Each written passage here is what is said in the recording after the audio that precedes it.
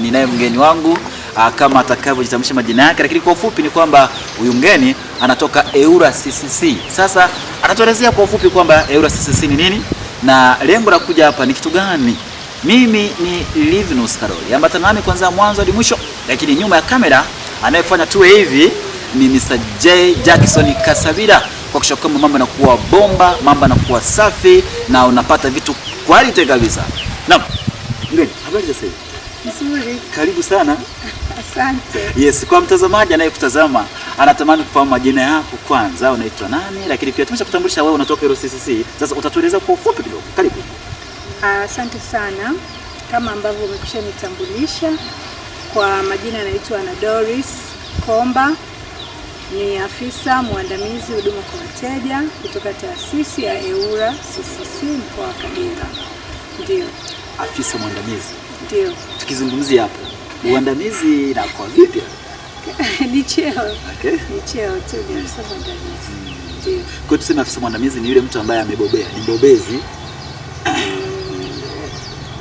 Huwezi kusema mbobezi, ni vyeo tu, ni kama unavyosema afisa huduma kwa wateja anakuja kupanda. Sawa sawa. Naam, tunaye afisa mwandamizi, mpenzi mtazamaji, kama unavyoona cheo kilipanda. Sio kilipanda mwaka gani lakini. Bwana, karibu sana katika studio zetu. Bila shaka tuna mengi sana ya kumjuza mtazamaji. Tulitamani kufahamu kwa ufupi kidogo EWURA CCC ni nini na tutakwenda kujua hata kazi zake labda katika jamii. Karibu. Asante. EWURA CCC ni baraza la ushauri la watumiaji wa huduma za nishati na maji. Taasisi hii ilianzishwa chini ya kifungu namba 30 cha sheria za EWURA sura ya 414. Na lengo kuu la kuanzishwa kwa EWURA CCC ni kulinda na kutetea maslahi ya watumiaji wa huduma zinazodhibitiwa na EWURA. Ndio, na tukisema EWURA maana yake ni ile mamlaka ya udhibiti wa huduma za nishati na maji ambayo inadhibiti huduma 4. Tuna maji safi na usafi wa mazingira, lakini kuna umeme, kuna gesi asilia ambayo hudolika Mtwara, pamoja na mafuta ambayo yanauzwa katika vituo mbalimbali vya mafuta. Okay. Sawa. Ndani ya mkoa wa Kagera tulitamani kufahamu hata mpenzi mtazamaji kwamba mnashughulika ndani ya mkoa kwa jumla au ni baadhi ya wilaya au ni kata? Asante. Sisi EWURA CCC katika mkoa wa Kagera tuko mkoa mzima, yaani maana yake manispaa pamoja na wilaya zake. Sawa. Sasa tuzame moja kwa moja ndani kazi zake na kwa ufupi mtazamaji apate elimu juu ya EWURA CCC. Karibu. Asante. Kama nilivyosema awali, kazi yetu kubwa ambayo tunaifanya ni kulinda na kutetea maslahi ya watumiaji wa huduma za nishati na maji.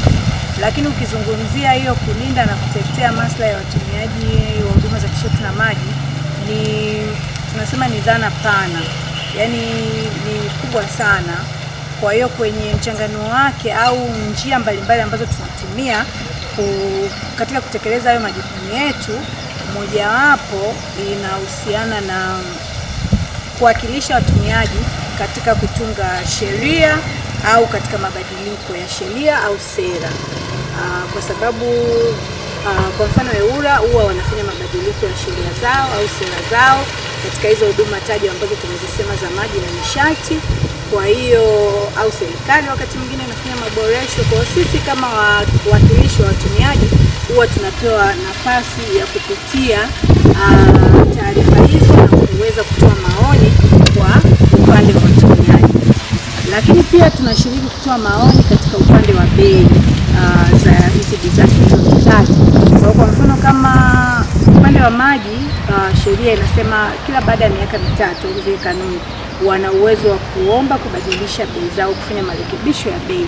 Kwa hiyo sisi kama EWURA CCC tunapata nafasi ya kupitia taarifa hiyo na kutoa maoni kuhusiana na hiyo bei mpya ambayo inakuwa inaombwa na mamlaka ya maji. Lakini pia tunatoa elimu kwa jamii.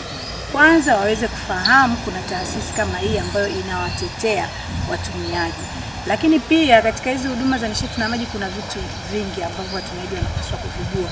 Kuna haki zao wanapotumia huduma, wana wajibu wao, lakini namna nzuri pia kutumia hizi huduma ili wasiweze kupata changamoto, sababu unaweza ukamkuta mtu amepata bili kubwa ya maji, lakini sio kwamba ni labda amekosea msoma mita au mfumo, ni yeye mwenyewe namna anavyotumia ile huduma ya maji imemsababisha akapata bili kubwa. Kwa hiyo tunawapa elimu namna nzuri ya kutumia ili asiweze kupata bili kubwa, na ikitokea bili kubwa basi inawezekana msoma anakosea au inawezekana labda kwenye mfumo kuna changamoto na wataweza kurekebisha. Lakini pia kuna kanuni mbalimbali kama tulivyosema, kuna sheria, kuna ile mikataba ya huduma kwa mteja, TANESCO wanao mkataba, mamlaka ya maji wanazo. Kwa hiyo tunawapa elimu wananchi waweze kupata kwanza ile mikataba ya huduma kwa mteja, na pia waweze kuisoma, waweze kufahamu haki zao kama wateja, wajibu wao pia, lakini namna pia ya kuwasilisha malalamiko pale ambapo wanapata changamoto. Na mtazamaji, kama unavyotazama tunaye mmojawapo wa watu kutoka EWURA CCC kama alivyosikika hapa na alivyoweka utambulisho wake, lakini alivyotueleza kwa ufupi maana ya EWURA CCC na kazi zake kwa ujumla, na Anodis Komba baada anaendelea kutujuza mpenzi mtazamaji, kukupa elimu juu ya EWURA CCC kwa ujumla. Naam, tumeyaona hapo, lakini vipi twende katika upande wa changamoto, labda katika upande wa shughuli unazokumbana nazo nyinyi kama EWURA CCC kwa ajili ya kuwahudumia wana Kagera kwa ujumla. Maana tunajua Kagera kuna wilaya mbalimbali, kuna Mleba, Misenyi, Ngara, Biharamulo, kwa mjini, kwa vijijini, Karagwe, Kyerwa, kufika hadi mtu mmoja au kufika kwa wakundi mbalimbali. Kuna changamoto ambazo nadhani mnakutana nazo. Ni kweli katika kazi ambayo tunaifanya changamoto zinazokosekana. Kwanza hii dhana ya utetezi bado ni ngeni kwa watumiaji wengi. Yaani watu wengi hawafahamu kwamba yeye kama mtumiaji ana uwezo wa kutetewa kwenye hizo huduma za nishati na maji. Kwa unapofika labda kwenye mazingira yao ya kazi, labda kwenye ofisi au hata ukipita bodaboda kwenye vijiwe, unapoomba kupata nafasi kwa ajili ya kuelimisha, mwanzo kidogo inakuwa ngumu. Wanaona kama unawapotezea muda, wanaweza kuuliza baada ya elimu tunapata chochote.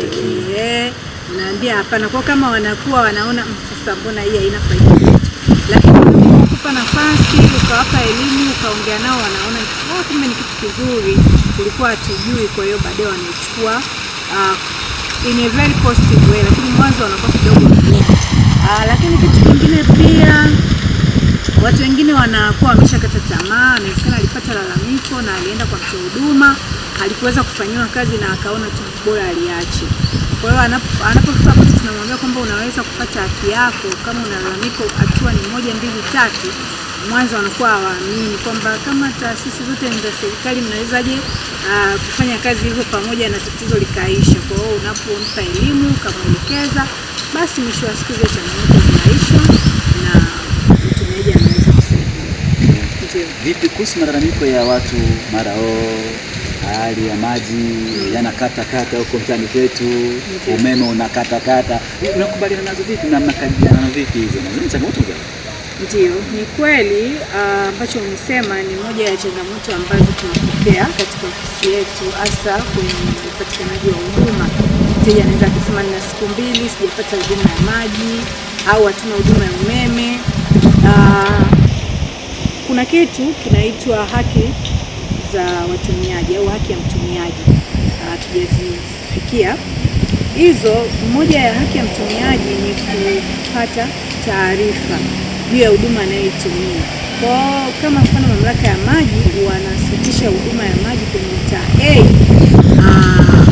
watatoa taarifa kwa nini wanafanya vile kusitisha huduma, na watasema wakati gani watarejesha. Kama ni kitu ambacho walipanga, lakini ni kitu ambacho hawakupanga, wanatoa taarifa kwamba hatuna huduma ya maji, mafundi wanashughulikia, tatizo likiisha huduma itarejea.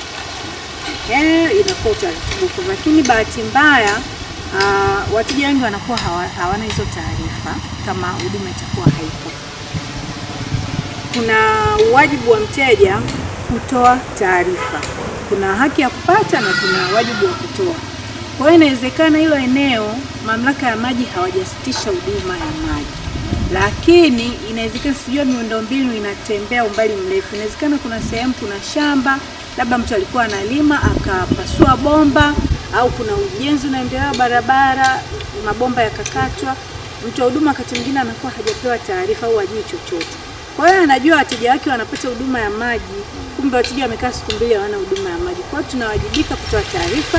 Mimi niko mtaa A, tuna huduma ya maji labda sasa hivi masaa 5 au siku nzima toka asubuhi mpaka sasa hivi. Kwa hiyo tutaka kujua kuna shida gani. Sasa wao kama hawana taarifa ya tatizo, maana yake watatuma mafundi. Tunaomba tutume mfundi wafike kuona. Kwa hiyo wakigundua tatizo watarekebisha. Sasa mteja ukikaa kimya, maana yake na wao mamlaka hawatajua kama mteja una huduma.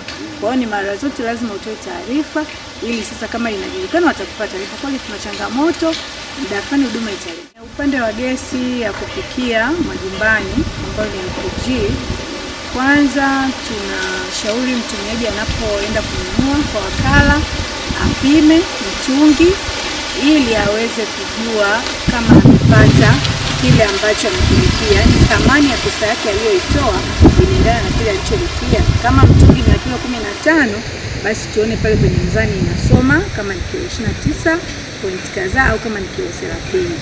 Ndio kwa sababu wakati mwingine namna ambavyo inasafirishwa au wakati mwingine tunaweza ikatokea kwa njia moja au nyingine leakage wakati ile mtungi iko pale na muuzaji akawa haelewi.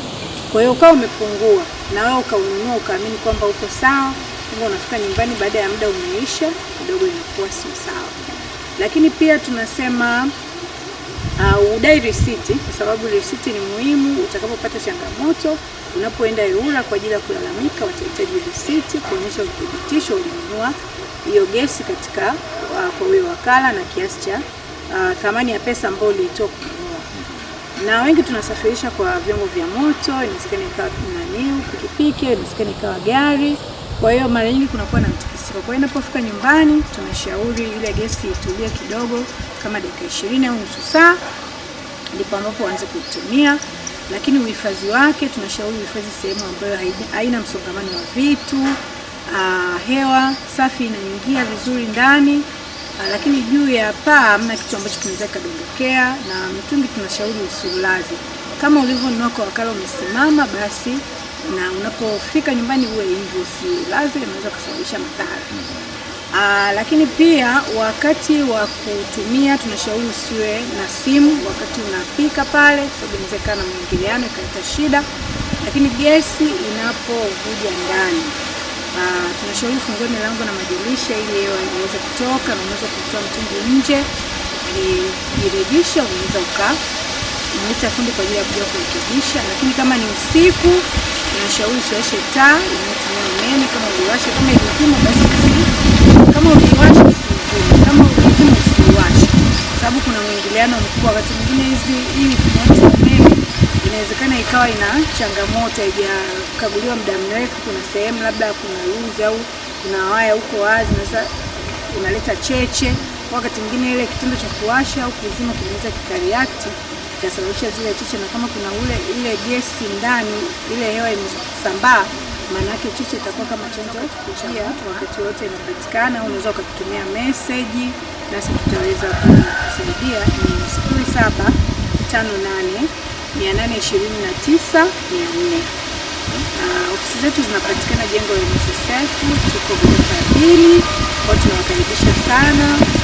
Mkiwa na maoni, mkiwa na ushauri, mkiwa na malalamiko yote, ndio sisi tunapokea kwa ajili ya kutumia. Tunashukuru sana. Bana, nyuma ya kamera nilikuwa na Mr. Jackson Kasabira, kama alivyofanya vyema sisi tuweze kung'aa hapa na alivyotupotoa kwa kweli. Bila shaka mambo yamekuwa mazuri kabisa. Mimi naitwa Livinus Karoli. Endelea kusubscribe channel hii, like, comment. Lakini kwa kila kipindi kingine tena tutakuwa naye Bibi Ana Grace Komba kutoka EWURA CCC. Tukutakia jioni njema, mchana mwema, usiku mwema na asubuhi njema.